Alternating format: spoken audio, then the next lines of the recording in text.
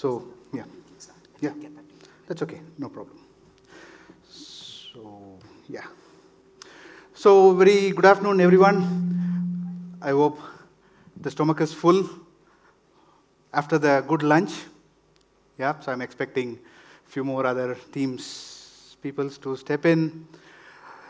Yeah, so today, my basic question is, what do you believe that, what if AI is truly for everyone? Do you believe this? Yes, no? Absolutely, very good. Okay, let me put this question.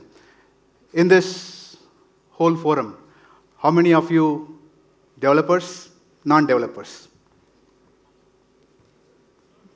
Oh, I see.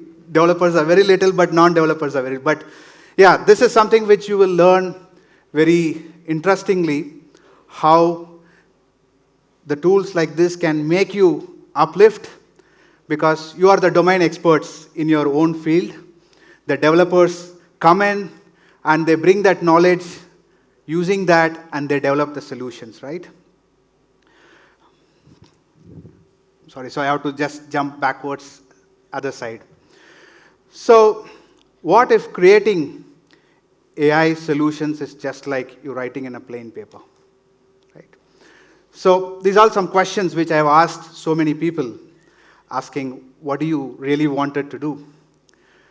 So, I was just looking at some examples, what GenAI today, as well as the low-code, no-code, are really moving this industry forward, considering the massive shift which is happening right now, and we are being colluded with informations, data, yeah? So I'll talk about two examples. Luis Pereira, who is the founder of AudioPen, many of you would have heard, or I'll give the context, has just transformed his idea in just 12 hours into an interesting app. Any of you aware of AudioPen? It's fine. So AudioPen is nothing but, it's a voice-to-text conversion tool, which is ready to share in a medium, and it is same like ChatGPT, but it has its own functionality to give you a better information which can be shared with everyone, right? Another example which I can quote is Robert Thompson. You can Google and check. So, who's a 72-year-old retiree. He was able to build a low-code AI solutions in a matter of weeks' time, predicting the local weather. How that is possible, right? So, with that, I strongly believe this. AI isn't just for coders, it is for anyone who has an idea and a problem to solve. Do you agree? Yeah, I believe we have to wake everyone up. Do you agree? Yes. Very nice. So, today we will see how GenAI, as a adding value to low code, no code, and how we democratize AI for the masses. So this is the topic I have chosen, but there is a reason to it, right? When MLDS contacted me, so there were whole number of speakers, eminent speakers, where I saw lots of content around AI, agentic AI, so many things that's been flooded with. I thought, why not let's take a step back and understand the core of AI, where does it, how do you bring this onto the table? Yeah. So, I am Prasanna. An introduction is already being given, and I'm a strong advocate in cloud, data, analytics, and I worked in the past on products, engineering, and multiple other industries. And currently, the head of data analytics at Capco, which is a Wipro company. So, with that, it is always good to understand what does the industry says, right? So we just don't believe it, but just take it as a reference point. Yeah. So again, I went back, asked some questions to the people. Hey, what does it look like? Where is it you're seeing the low code, no code moving forward? So I saw Gartner has predicted by 2029, most low-code, no-code solutions will be in a mission-critical applications which you can develop. What does this mean is, again, the first slide which I just showed, you just need an idea. So which means you can get things done in no matter of time. I was talking to a friend in Microsoft where I was just asking him, how are you people able to release applications in so quicker, faster? Yeah?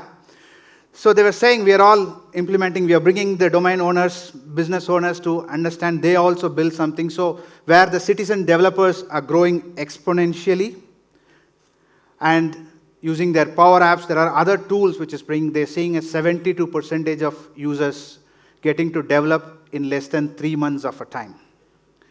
And I looked at some of the research papers. So recently I found Dora, I frequently follow this, where the developers have said there is a 70% of uplift in their productivity by using AI. Yeah. So today the topic is about low code, no code, and how GenAI is adding a value. I'm not going to do a technical round, but rather I keep it broader, which gives you the understanding where we can add value and a takeaway where you can go back, do some research, and you come up with your own apps. So whoever the developers who are here, please excuse me, I might need to add some context. So the low code, no code is nothing but where it's a visual programming which allows you to drag and drop things and deliver solutions maybe a few weeks or a few days of a time. Yeah? And basis my past experiences where I've used such tools, adopted teams to take up some of these tools where you have to go the time to market, which is very little because you want to adapt to what markets is expanding.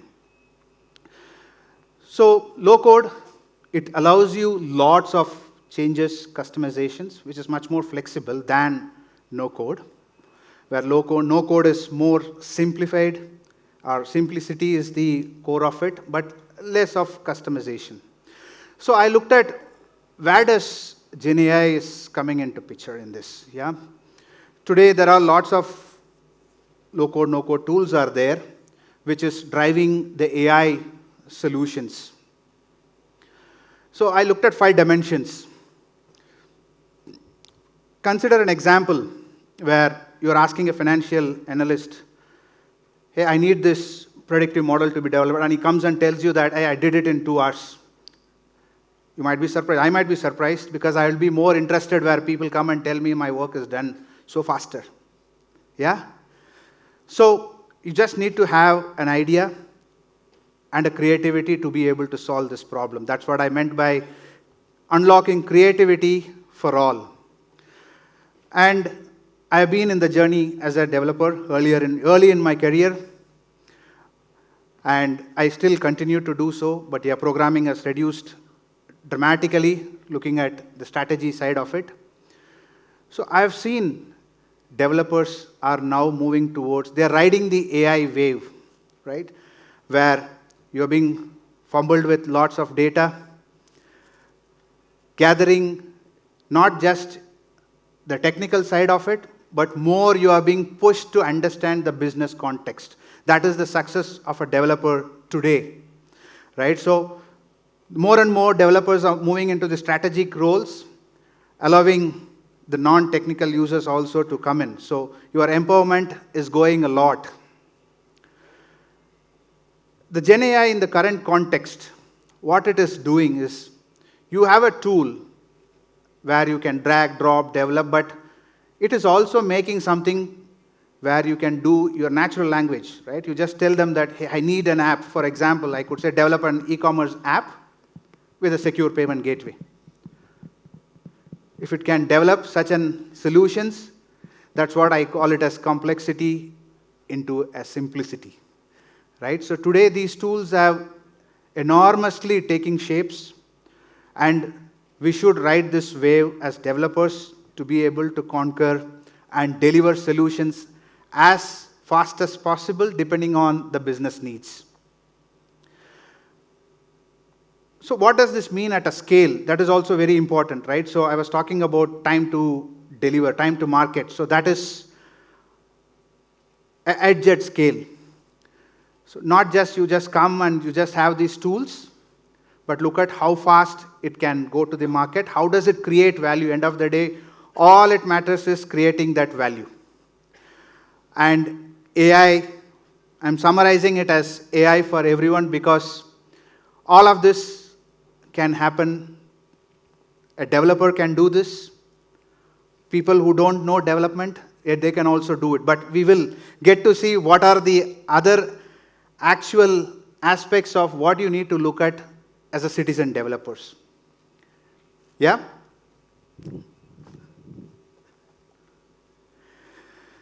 So I had a chat with one of my friend.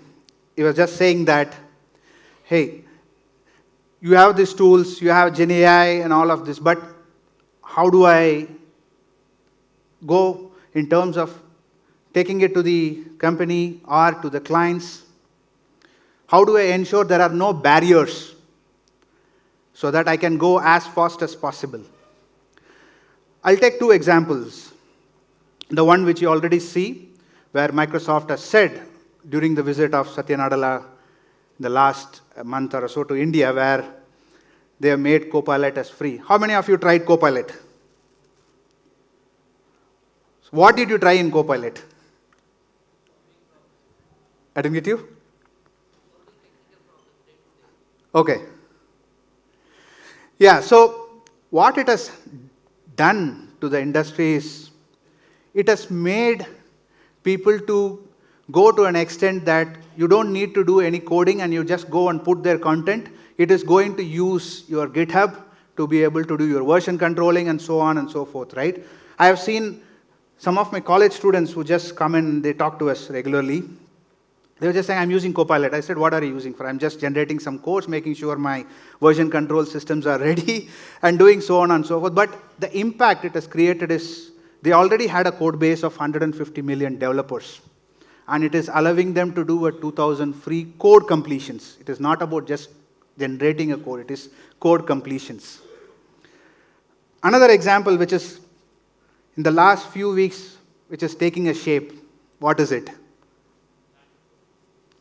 I didn't get you. Probably somebody can. Which one? There you go. DeepSeek. So, what did DeepSeek do? Open source, yeah.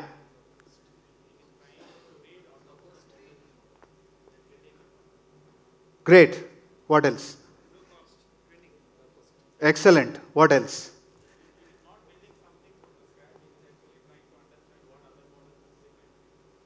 Excellent. What else? What else? What else? What else? Okay, that's great to hear. So, it has given a big hit to OpenAI, like competition. It has proved that anything open source can add huge impact to anyone and everyone in the industry, right? So it is 10x lower the cost, 20x which is faster, 30x computationally better, so you can keep adding on, right? So you might expect such a things to come in. So the point is, today the barriers are trimming down so that everyone has an opportunity to try AI to the extent of what you feel in your day-to-day challenges you face, whether it's personal as well as it is on your professional life. Do you agree? Yeah? So some names which I have put here, meaning most of them I've used in the past, and I keep evaluating some of these things like Langflow, which is an AI solution you can do a drag and drop, so which is Data Robot is again doing the ML. Bubble you have for full stack development. RIL, does anybody know RIL? It is a BI as a code, so Gen BI. Yeah, business intelligence. Hopefully, I might write something GenAI, GenBI, GenCI, GenDI. So I'm trying to ask ChatGPT that what will be my Gen ZI? What do you think? What could be a Gen ZI? Yeah, I really don't know. I have to ask ChatGPT. So, yeah, I'm done with this. So I just thought I moved the slides. Okay, sorry. So the video which is playing on the right, what do you think about it? I mean, that is the reason I put probably. I forgot to ask. What do you think? I didn't get you? Building blocks, okay? Makes it very fast. Okay? Just consider all these are all like a pre-trained Lego box, right? You just don't need to code. You just tell them what is that you need. It is going to do. That is what the low code and no code solutions are going to bring it onto the table. So we have seen low code and there are no barriers to AI innovations, but it has its own challenges. We should never forget about governance side of it because I do lots of governance and other aspects. I did talk to few people asking how to ensure scalability, sustainability, and security. I don't say the low-code, no-code solutions are not secure, but we need to understand the how and the why, right? Now we are putting all kinds of tools onto the hands of developers as well as the non-developers who are trying to support. So when you build an app, it has lots of loopholes, right? So where you can get to data breaches, data privacy issues, regulations, so many things are there. So it is very important to understand what are the security vulnerabilities during your building phase to understand, am I considering required aspects of my security built in, so which is a security first approach, right? Am I adhering to regulations? Could be a CCPA, could be a GDPR. Long-term maintainability. So let's take a question. If you were to build an app, right, you go through several phases, but where does it end finally if you were to give your product to somebody who doesn't know how to use it? What do you do? Excellent. So you need documentation. Today, documentation is playing very, very important role because of the reason that lots of apps, and it is all designed from the perspective of the business, not from the customer point of view, right? So there are very little companies who look at how do I ensure my customer comes in, clicks a button, ensures the data, or ensures the outcome which is expected in a few clicks, right? That is not happening. So the maintainability perspective, your documentation is going to play a very, very huge role. I know everybody uses ChatGPT and so on, but there are tools which does automatically generate based on your PRDs and FRDs, etc. So the how part, what are the guardrails which you can implement, right? I know most of the modern tech stacks today comes with default guardrails. They do have tech stacks which can secure your perimeter, right? But that said, it is also important that perimeters are secured inside and outside, not just when it is coming in, it is also should be going out. And platform specific, for example, you take Microsoft or you take OutSystems or Appian, many of you would be using for the testing, right? And it's very important also to look for training for citizen developers. So the benefits, I just mentioned about the security first approach, scalability, and the sustainability point of view when you have to document of all the activities what you do. I just put across how does it look like if I were to ideate from start to end in a simple 5 steps process. Identify a high priority aspect and understand what platform suits you. Today, these platforms are playing a very, but it is important depending on your industry, where do you step in. And it is very, very important to address the collaboration gaps, right? So that is why I said collaboration across teams and leverage GenAI to be able to control that workflows, content, how effortlessly you can bring that solution onto the table. And don't forget to deploy and optimize, which is very, very important.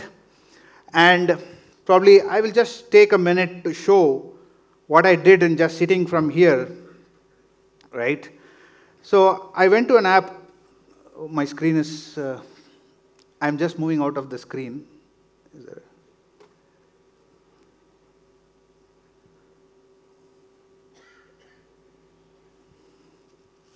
Please excuse for a minute.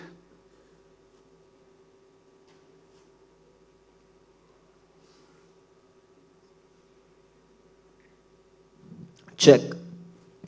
What needs to happen, Prasanna? What can we help you with? I just need to show this. So I think we need to move out of this screen and get back to the laptop itself. Yeah. It's a screen share, right? So shouldn't be a problem.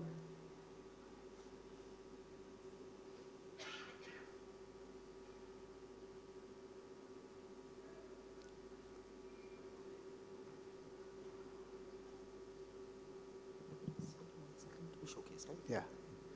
So we want the laptop screen to be showcased.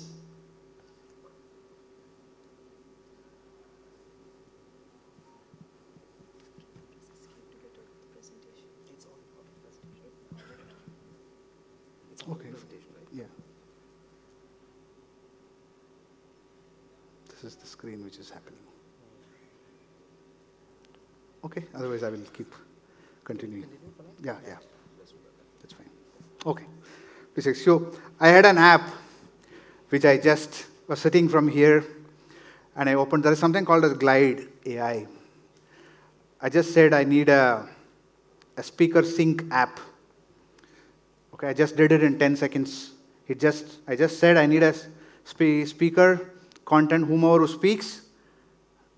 I just want to record it. After recording, I just want to transcribe it. I just did it in 10 seconds. Right? Yeah, it's like an MVP. You still have to further deep dive, which I just thought to showcase. But you can see the power of what the tools can do, right? So that is something which I just wanted to highlight here.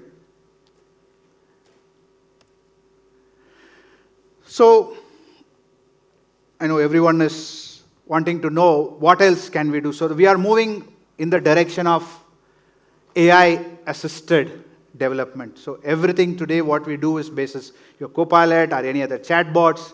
So I looked at what kind of a business can it actually bring to the table, right? So one is, I looked at what it's from a customer experience point of view. I can use one single tool to make sure that it happens both at mobile, web, or any different devices which it requires. We can generate new business models using, I just referred about the example of AudioPen. Just 2 hours, his idea turned into an app, generating millions of dollars. Look at from a modernization point of view, right? You can just, today, so many of them, even I do the same thing where I go and I look at what data, what does the strategy looks like, what should I look at. So all these can be automated, and including the process automation, which is by default. Yeah, we all looked at what does it look like, right? So this was the question I asked almost some 20 people before I came into this session. I just sent a WhatsApp message to everyone saying, hey, there are so many tools.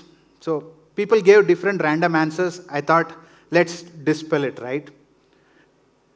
Is these tools are only meant for simple apps development? That's the first thing which I saw repeatedly everyone asking.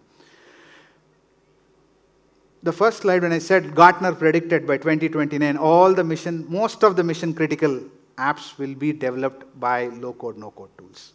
So that's an answer which is specifically for this. So industry is moving towards that. It's not that everything where you go and develop, you generate your boilerplate code, leave it to the AI and you do your most strategic items. Will GenAI completely replace these tools? This was another aspect. So these are all collected data. So both are complementing each other. So GenAI is going to use your automation, generating code, debugging, so on, where low code is going to provide you that visual programming interface to be able to deliver you the results. By combining these two, you can see endless results. And most importantly, the third one was very surprising because we spoke about the governance and guardrails. Still, people have this myth that it can compromise security. Obviously, it can compromise security, but that said, we spoke about perimeter inside and outside. So most enterprises are the platforms which you might use. Consider your Microsoft, other than the new startups which is keep pumping in today, where security is still a concern, but most these tools are much secured. But that said, we have to have our own security within the organization to be able to know if a citizen developers, like people who don't have technical knowledge, when they develop an app, what are the loopholes? Is it relying on some of my IT requirements? Does it cover my governance? So on and so forth. And also people talk about, because I'm a developer, meaning I do have a doubt that whether somebody will pick my job, right? So people are talking about whether GenAI will pick up many of the jobs, so for which the answer is obviously no. So here is also the same thing where citizen developers are going to augment, right? So I see developers, because I do work regularly with them, I'm giving them more priorities that to solve complex problems rather than just doing some repetitive activities, right? So I thought this should give you a much more perspective on what these tools can do for you, what it can bring a value add, and so on. And where are we moving towards? It's AI-driven UX. So I do use some of tools like Figflow. So today, time has gone. So Figflow, which is actually converting a Figma into the Jira related. It can convert as a request. And tomorrow, I would see this. Today already I'm looking at some of the apps which is converting. You just tell them that I need this is the interface, and you just give them an NLP kind of a request, it generates you the interface, right? That is how I see text is moving forward. Fusion teams, which I said, when using low code, no code, it is very, very important. The business and the developers and the IT teams are very much engaged. It requires a lots of collaboration so that business leaders can give you sense of idea what the end goal is about, and the developers can step up and solve that problem. Composable architectures. So being the low code or no code, you should be able to looking at how do you plug and play, how do you do real-time adaptations depending on market needs as it happens, not that somebody asking you for a benefit and you just provide them after 2 months or 6 months from that point of view. Yeah, GenAI, the last piece, everyone knows we are talking about ethical AI concerns. How do you address, how do you bring in PII-related information, how do you mask it, how do you ensure you be very transparent, and so on and so forth. So there is going to be a lot going to happen in this particular space. So with that, I collectively say this, the future is going to be more collaborative. AI is going to accelerate, and there is a lot more creativity which is required, and we are going to create a lot more. The future is inclusive. We need to build it together. That's what I call it as build smarter, faster, and fairer, because innovation belongs to everyone. I'd like to thank you for everyone who has joined this session. Pleasure to share this information, and happy to take up any questions.